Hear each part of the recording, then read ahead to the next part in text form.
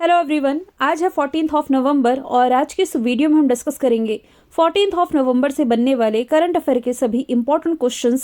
साथ ही आज है नेशनल चिल्ड्रन डे, तो आप सभी को चिल्ड्रंस डे की हार्दिक शुभकामनाएं। इसी के साथ रिवीजन कर लेते हैं कल के इंपॉर्टेंट क्वेश्चंस का। हमने डिस्कस किया था कि मॉरिशस के नए प्रधानमंत्री बने हैं नवीन राम गुलाम। उत्तर प्रदेश के लखनऊ में राज्य की पहली double decker electric bus service की शुरुआत की गई है। इसके अलावा रक्षा जांच एजेंसी का पहला अंतरिक्ष अभ्यास ये राजधानी दिल्ली में शुरू हुआ। भारतीय राष्ट्रीय कांग्रेस का 83वां सत्र छत्तीसगढ़ की राजधानी रायपुर में आयोजित किया गया। वर्ल्ड निमोनिया डे 12 नवंबर को मनाया गया। शिगेरू इशिबा जापान के नए प्रधानमंत्री बने हैं। ग्लोबल सिटी इंडेक्स के अनुसार विश्व का टॉप शहरी ब्रांड बना है लंदन। अमेरिका की टेनिस प्लेयर कोको गॉफ ने 2024 का वुमेन टेनिस एसोसिएशन का फाइनल जीता है। अभी हाल ही में राजधानी दिल्ली में रूसी व्यापार केंद्र खोला गया है और निवेश आकर्षण रोजगार सृजन के लिए जो भूटान है ये माइंडफुलनेस सिटी का निर्माण करने जा रहा है। तो चलिए शुरू करते हैं आज का हमारा पहला सवाल। सवाल है, हाल ही में विदेश सचिव के रूप में किसका कार्यकाल बढ़ाया गया है। अभी तक आप विदेश सचिव के रूप में किनका नाम पढ़ रहे थे? विक्रम मिस्त्री का। विदेश मंत्री पूछा जाता तब एस जयशंकर आंसर होता। तो विक्रम मिस्त्री ये हमारे विदेश सचिव तो थे ही, अभी नवंबर में इनका कार्यकाल समाप्त होने वाला था, लेकिन अब इनके कार्यकाल में 2 साल का एक्सटेंशन और दे दिया गया है। मतलब कि ये 14 जुलाई 2026 तक देश के विदेश सचिव के रूप में कार्य करेंगे। ये विदेश सेवा के भारतीय विदेश सेवा के 1989 बैच के ऑफिसर हैं। हालांकि हाल फिलहाल में कुछ सचिवों की नियुक्ति की गई है जो कि आप रिलेट कर सकते हैं, जैसे कि टीवी सोमनाथ ये कैबिनेट सेक्रेटरी बनाए गए हैं। गोविंद मोहन ये हमारे गृह सचिव हैं। राजेश सिंह रक्षा सचिव बनाए गए हैं। विक्रम मिस्री विदेश सचिव तो हैं ही। तुहिन कांत पांडे वित्त सचिव हो जाएंगे ये। और विक्रम देवदत्त जिन्होंने कोयला मंत्रालय सचिव के रूप में पदभार संभाला है।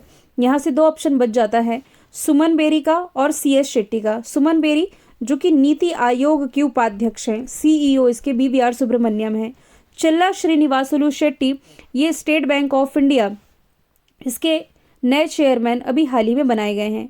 अगला सवाल है, किस कंपनी को विश्व की सबसे स्थायी एल्यूमिनियम कंपनी का दर्जा दिया गया है? तो इसमें आदित्य बिरला की जो हिंडाल्को कंपनी है, ऑप्शन नंबर सी इसका राइट आंसर होगा, जो कि विश्व की सबसे स्थायी एल्यूमिनियम कंपनी का दर्जा प्राप्त कर चुकी है।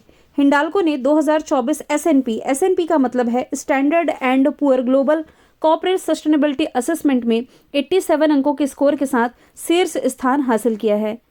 Hindustan aluminium corporation limited Hindalco की मैं बात कर रही हूँ, इसकी स्थापना 1958 में 1958 में आदित्य बिरला ग्रुप के द्वारा की गई थी, जिसका हेडक्वार्टर आप पढ़ते हैं मुंबई महाराष्ट्र में। अगला सवाल है, ICC के द्वारा अक्टूबर 2024 के लिए प्लेयर ऑफ द मंथ किसे नामित किया गया है? ICC हर महीने सर्वश्रेष्ठ खिलाड़ियों की लिस्ट जारी करती है। मतलब सर्वश्रेष्ठ महिला और पुरुषों की कैटेगरी में यह अवार्ड दिया जाता है जिसने कि पूरे महीने सबसे अच्छा परफॉर्मेंस दिया हो। तो अभी देखिए, Noman Ali option number A और अमेलिया केर, इन दोनों को ही अक्टूबर महीने के लिए मेल और फीमेल कैटेगरी में प्लेयर ऑफ द मंथ चुना गया है। किसके द्वारा? ICC के द्वारा। नोमान अली जो कि बिलोंग करते हैं पाकिस्तान से और अमेलिया केर जो कि बिलोंग करती है न्यूजीलैंड से। यदि बात की जाए ICC की, इंटरनेशनल क्रिकेट काउंसिल स्थापना 1909 है, दुबई UAE में हेडक्वार्टर। अभी तक ग्रेग बार्कले अध्यक्ष है, लेकिन जल्द ही अगले अध्यक्ष बनने जा रहे हैं भारत के जय शाह। इसी साल महिला एशिया कप का आयोजन श्रीलंका में किया गया। सभी मैचेस श्रीलंका के दामुला में खेले गए। श्रीलंका ही विजेता था पहली बार, किसे हरा करके? भारत को हरा करके। सितंबर महीने के लिए प्लेयर ऑफ द मंथ ये कामेंडो मेंडिस जो कि श्रीलंका के हैं और इंग्लैंड के टेमी ब्यूमेंट को चुना गया था। ICC हॉल ऑफ फेम में शामिल पहली भारतीय महिला क्रिकेटर डायना एल्डूजी हैं, लेकिन अभी हाल ही के दिनों में नीतू डेविड को भी शामिल किया गया। इसी साल पुरुषों का और महिलाओं का दोनों का T20 वर्ल्ड कप हुआ। जो पुरुषों का T20 वर्ल्ड कप हुआ ये अमेरिका और वेस्ट इंडीज ने होस्ट किया, जिसमें कि विजेता भारत था, किसे हरा करके? साउथ अफ्रीका को हरा करके। और महिलाओं का T20 वर्ल्ड कप UAE में हुआ, इसमें विजेता न्यूजीलैंड था। फर्स्ट टाइम न्यूजीलैंड ने टाइटल जीता, किसे हरा करके? साउथ अफ्रीका को हरा करके। करंट से भी रिलेट करेंगे तो ICC भ्रष्टाचार निरोधक इकाई के अध्यक्ष अभी हाल ही में सुमित धर्मवर्धने ये बने हैं। ठीक है, चलते हैं अगले सवाल की तरफ। अगला सवाल है, एलेक्स डिडिएर फिल्म एम ये किस देश के नए प्रधानमंत्री बने हैं? तो अभी हाल ही में कैरिबियाई कंट्री हैती इसके नए प्रधानमंत्री बने हैं एलेक्स, जिनकी इमेज आप देख पा रहे हैं। यदि मैं बात करूं हैती की, तो कैरिबियाई कंट्री, एक छोटी सी कंट्री आप देख पा रहे हैं, लॉकडाउन के समय यहीं के जो राष्ट्रपति थे जोविनल मोइसे, इनके घर में घुस करके हत्या की गई थी, जिसके कारण ये देश काफी चर्चे में आया था। अभी हैती यदि देखा जाए तो बढ़ती सामूहिक हिंसा के कारण मानवीय और सुरक्षा संबंधी संकटों से जूझ रहा है, और इसी समस्या से जूझते हुए जो भारतीय यहाँ रह रहे थे वो परेशान थे, जिन्हें निकालने के लिए भारत सरकार ने इसी साल ऑपरेशन इंद्रावती की भी शुरुआत की थी। इसकी कैपिटल हो जाएगी पोर्ट ऑफ प्रिंस, करेंसी हो जाएगी हैतियन गॉडे। यदि मैं अदर ऑप्शन की बात करूं तो थाईलैंड की प्रधानमंत्री अभी इस साल ही बनाई गई हैं पेतोंगतान शिनावात्रा। कल ही के करंट अफेयर में हमने देखा था कि मॉरिशस के जो नए प्रधानमंत्री बने हैं ये बने हैं नवीन रामगुलाम, जबकि जापान के नए प्रधानमंत्री के रूप में शिगेरू इशिबा इन्होंने शपथ ले ली है। तो ये अपॉइंटमेंट कल ही हम पढ़ चुके हैं। अभी तक यदि आप लोगों ने मेरे ऑफिशियल ऐप को डाउनलोड नहीं किया है, डाउनलोड कर सकते हैं, लिंक डिस्क्रिप्शन बॉक्स में दी हुई है। यहाँ पर बहुत सारे कंटेंट है जो कि मैं आपको फ्री में प्रोवाइड कराती हूँ करंट अफेयर के। कल ही के दिन मैंने अक्टूबर महीने के करंट अफेयर की जो कंप्लीट मैगजीन है ये शेयर करी है। इस मैगजीन में लगभग 250 प्लस इंपॉर्टेंट करंट अफेयर के क्वेश्चन हिंदी और इंग्लिश दोनों में शेयर किए हैं, तो ये आप देख लेंगे। ठीक है, 5वें नंबर का सवाल है, हाल ही में कोच ऑफ द ईयर महिलाओं की कैटेगरी में किसे चुना गया है? तो अभी हाल ही में जो सुमो शिरूर है, ऑप्शन नंबर ए इसका राइट आंसर हो जाएगा। इन्हें अभी हाल ही में महिलाओं की कैटेगरी में कोच ऑफ द ईयर चुना गया है। ओलंपिक फाइनल में पहुंचने वाली ये पहली भारतीय महिला हैं। इन्हें अभी हाल ही में जो पेरिस ओलंपिक और पैरालंपिक हुआ ना, इसमें भारत की निशानेबाजी टीम को सफलता दिलाने में इनके द्वारा जो अहम कंट्रीब्यूशन दिया गया है इसके लिए सम्मानित किया गया, क्योंकि इन्हीं के मार्गदर्शन में भारत के निशानेबाजों ने 3 ओलंपिक पदक जीते थे। तो सुमो शिरूर इस प्रश्न का राइट आंसर हो जाएगा। रानी रामपाल की यदि मैं बात करूं तो ये भारतीय हॉकी टीम की पूर्व कप्तान रह चुकी है, महिला हॉकी टीम की, और इन्होंने भी हाल ही में संन्यास का ऐलान कर दिया है। नीतू डेविड ये भी हाल ही में आईसीसी हॉल ऑफ फेम में शामिल की गई हैं। भारतीय महिला हॉकी टीम की जो नई कप्तान बनी है सलीमा टेटे बनी है, ऑप्शन बी राइट आंसर हो जाएगा। सवाल नंबर 6वां है, हाल ही में अमेरिका का राष्ट्रीय सुरक्षा सलाहकार किसे नियुक्त किया गया है? तो जिनकी इमेज आप देख पा रहे हैं इनका नाम है Mike Wards, option number C इसका राइट आंसर हो जाएगा। माइक वॉर्ड्स जो कि अभी हाल ही में अमेरिका में जो चुनाव हुए थे इसमें डोनाल्ड ट्रंप की जीत हुई, जिसके बाद से इन्हें अमेरिका का राष्ट्रीय सुरक्षा सलाहकार नियुक्त किए जाने की घोषणा कर दी गई है। 50 वर्षीय ये माइक वॉल्ट्स हैं। ये एक सेवानिवृत्त यानी कि रिटायर्ड कर्नल हैं और 2019 से अमेरिका के प्रतिनिधि सभा के सदस्य हैं। अमेरिका की capital Washington DC, currency dollar, यहाँ के नए राष्ट्रपति डोनाल्ड ट्रंप हो जाएंगे। अमेरिका के करंट अफेयर के ये फैक्ट अब आप लोगों को रट चुके होंगे, इसलिए नेक्स्ट क्लास में ये सारे डेटा मैं चेंज कर दूंगी। एक अंतिम बार इसका रिवीजन हम करें तो सबसे अधिक अरबपतियों की संख्या किसी देश में है तो ये अमेरिका है। यात्रा पर्यटन विकास सूचकांक में टॉप पर अमेरिका, भारत 119 देशों में 39 प्लेस पर है। विनय मोहन क्वात्रा अमेरिका में भारत के राजदूत हैं। नाटो शिखर सम्मेलन का आयोजन अमेरिका के वॉशिंगटन में किया गया। भारत और अमेरिका की स्पेशल फोर्सेस ने तर्कस नामक अभ्यास यह आयोजित किया था कोलकाता में। और व्हाइट हाउस का नया chief of staff Susie Wiles को बनाया गया है, जो कि ऑप्शन नंबर ए में मैंने रखा भी है। कमला हैरिस ये अमेरिका की पूर्व उपराष्ट्रपति आप कह सकते हैं जब जो बाइडन प्रेसिडेंट हुआ करते थे। कीर स्टारमर की यदि बात की जाए तो ये यूके के यानी कि ब्रिटेन के नवनिर्वाचित प्रधानमंत्री बने हैं। अगले सवाल की तरफ चलते हैं। भारत और किस देश के बीच पानसीर एयर डिफेंस सिस्टम के लिए समझौता किया गया है? तो ये समझौता अभी हाल ही में भारत का किया गया है रशिया के साथ। ऑप्शन नंबर बी इसका राइट आंसर हो जाएगा। भारत और रशिया के बीच एयर डिफेंस सिस्टम को लेकर के अहम समझौता हुआ है। भारत सरकार ने रशिया से एडवांस पानसीर एयर डिफेंस सिस्टम को खरीदने का निर्णय लिया है। ये डील भारत डायनामिक्स लिमिटेड यानी कि बीडीएल और रूसी सरकार के नियंत्रण वाली जो हथियार एक्सपोर्टर कंपनी है जिसका नाम है रोसोबोरोन एक्सपर्ट, ROE इसे आप शॉर्ट में कह सकते हैं, इन दोनों के बीच में ये समझौता किया गया है। इस डील का लक्ष्य है कि भारत का जो टारगेट है मेक इन इंडिया इनिशिएटिव के तहत डिफेंस प्रोडक्शन में डिपेंडेंसी यानी कि आत्मनिर्भरता हासिल करना है। पानसीर एक वर्सेटाइल मोबाइल प्लेटफॉर्म है जिसे आर्मी बेस और अन्य इंफ्रास्ट्रक्चर को हवाई हमलों से बचाने के लिए डिजाइन किया गया है।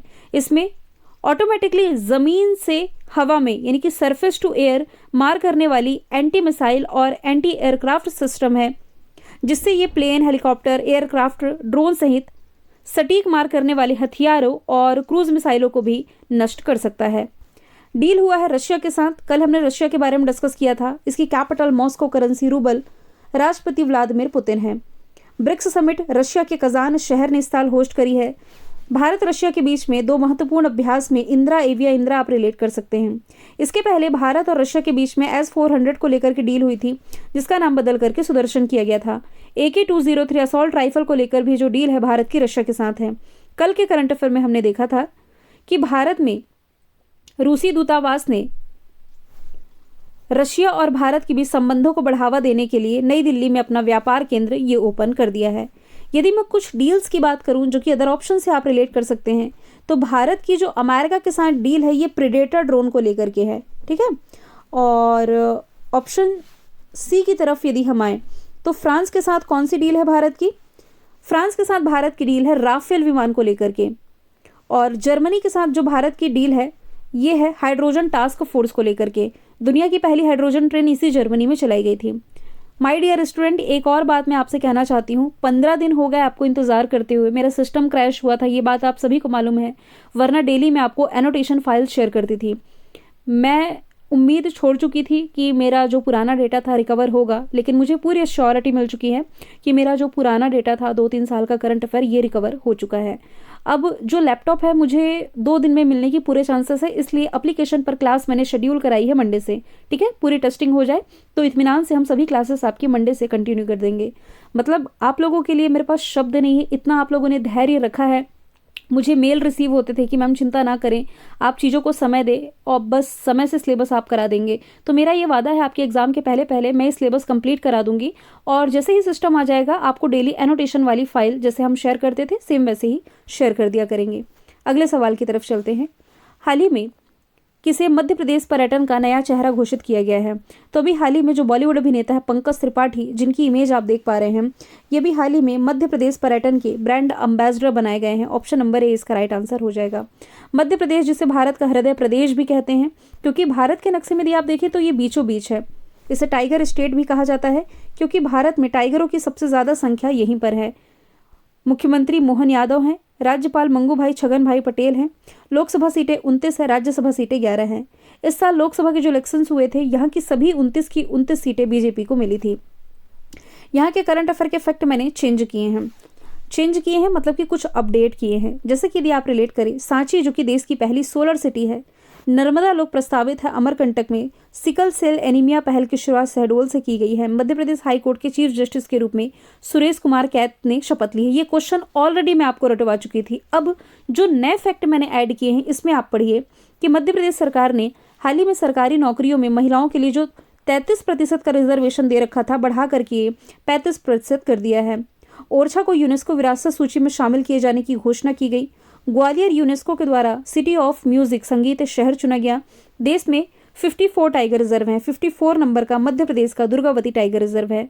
मध्य प्रदेश में ओंकारेश्वर में नर्मदा नदी पर फ्लोटिंग सौर परियोजना इसकी शुरुआत कर दी गई है। और प्राइम मिनिस्टर नरेंद्र मोदी ने ग्वालियर में बायो CNG प्लांट के साथ भारत की पहली आधुनिक आत्मनिर्भर लाल टिपारा गौशाला का उद्घाटन कर दिया है। ठीक है, तो ये फैक्ट भी आप रट सकते हैं। सोनू सूद बॉलीवुड अभिनेता, जो कि अभी हाल ही में थाईलैंड में, इनके बारे में भी मैंने आप लोगों को बताया था कि थाईलैंड में टूरिज्म के लिए ब्रांड एम्बेसडर बनाए गए हैं। जो सौरभ गांगुली है ये बांग्लादेश, माफ़ कीजिएगा, पश्चिम बंगाल के ब्रांड एम्बेसडर है। और मनु भाकर अभी हाल ही में जहाज रानी मंत्रालय के द्वारा ब्रांड एम्बेसडर बनाई गई हैं। सवाल नंबर 9 है, विश्व बिलियर्ड्स चैंपियन अभी हाल ही में कौन बने हैं? तो बिलियर्ड से तो आप पंकज आडवाणी का नाम ही रिलेट करेंगे। ये भी हाल ही में विश्व बिलियर्ड्स चैंपियन बने हैं। प्राइम मिनिस्टर नरेंद्र मोदी जी के द्वारा इन्हें शुभकामनाएं दी गई हैं। इस प्रतियोगिता का आयोजन कतर के दोहा में किया गया, जहां फाइनल में इन्होंने इंग्लैंड के रॉबर्ट हाल को हराया। यह जीत खेल में उनकी लगातार 7वीं विश्व खिताब की जीत भी बताती है। पंकज आडवाणी राइट आंसर है। जो सौरभ चौधरी शूटिंग से रिलेटेड है, नीरज चोपड़ा भाला फेंक से, सरबजोत सिंह ये भी आपके शूटिंग से रिलेटेड हो जाएंगे। 10वें नंबर का सवाल है, हाल ही में वरदान कमलाकर राव का निधन हुआ, ये थे कौन? तो आंसर इसका हो जाएगा, ये प्रसिद्ध मृदंगम विद्वान थे। Option number D. और ये 88 वर्ष की आयु में इनका निधन हुआ है। केंद्रीय संगीत नाटक अकादमी से इन्हें सम्मानित किया गया था और इन्हें राष्ट्रपति पदक से भी नवाजा गया था। रिसेंटली इनका निधन हुआ है। नाम है कमलाकर राव, वरदान कमलाकर राव। 11वें नंबर का सवाल है, इंडियन ऑयल कॉरपोरेशन का नया अध्यक्ष किसे नियुक्त किया गया है? तो अभी हाल ही में जो अरविंदर सिंह साहनी है, ये इंडियन ऑयल कॉरपोरेशन के नए अध्यक्ष नियुक्त किए गए हैं। इंडियन ऑयल कॉरपोरेशन जो कि देश की सबसे बड़ी तेल कंपनी है, इसकी स्थापना 1959 में की गई थी। हेडक्वार्टर इसका आप पढ़ते हैं दिल्ली में, और अध्यक्ष तो अरविंदर साहनी ये बनी गए हैं। ऑप्शन से यदि आप रिलेट करेंगे तो अमिताभ चौधरी एक्सिस बैंक के दोबारा से एमडी सीईओ बने हैं।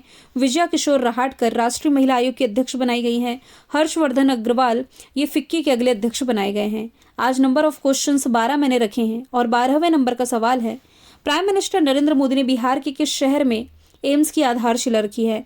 तो बिहार के दरभंगा में अभी हाल ही में प्राइम मिनिस्टर नरेंद्र मोदी ने एम्स की आधारशिला रख दी है। इसमें एक super speciality hospital, Ayush block, medical college, nursing college और आवासीय सुविधाएं शामिल होंगी। इसके साथ ही प्राइम मिनिस्टर नरेंद्र मोदी ने राज्य भर में लगभग 12,100 करोड़ की नई विकास परियोजनाओं की भी आधारशिला रखी है। बिहार की राजधानी पटना, मुख्यमंत्री नीतीश कुमार, राज्यपाल राजेंद्र विश्वनाथ हार्लेकर है। आपदा के पूर्वानुमान के लिए हाल ही में यह नीतीश ऐप लॉन्च किया गया। जाति आधारित जनगणना शुरू करने वाला ये पहला राज्य है। तांबे से बना बापू टावर का उद्घाटन पटना में किया गया। यहाँ अभी हाल ही में राजगीर में 8वीं महिला एशियाई हॉकी चैंपियंस ट्रॉफी का उद्घाटन किया गया। बिहार सरकार ने राज्य के सभी मंदिर, मठों और ट्रस्टों के लिए रजिस्ट्रेशन कंपलसरी किया गया। और नालंदा विश्वविद्यालय के नए कैंपस का उद्घाटन प्राइम मिनिस्टर नरेंद्र मोदी ने किया। बिहार के नागानक्टी पक्षी अभ्यारण्य रामसर सूची में शामिल किए गए हैं। और 2 दिन पहले हमने देखा था कि सुल्तानगंज रेलवे स्टेशन का नाम बदल करके असगैबीनाथ धाम करने की घोषणा की गई है। ठीक है, अब मैंने कल आपसे पूछा था मध्य प्रदेश सरकार द्वारा किशोर कुमार सम्मान 2023 से किसे सम्मानित किया जाएगा, जिसका आंसर था राजकुमार हिरानी। आज का सवाल आपका है, खो खो वर्ल्ड कप 2025 की मेजबानी कौन सा देश करने जा रहा है? तो इसका आंसर जो भी आप कमेंट बॉक्स में बताइएगा। हम मिलेंगे नेक्स्ट वीडियो में। Thank you so much.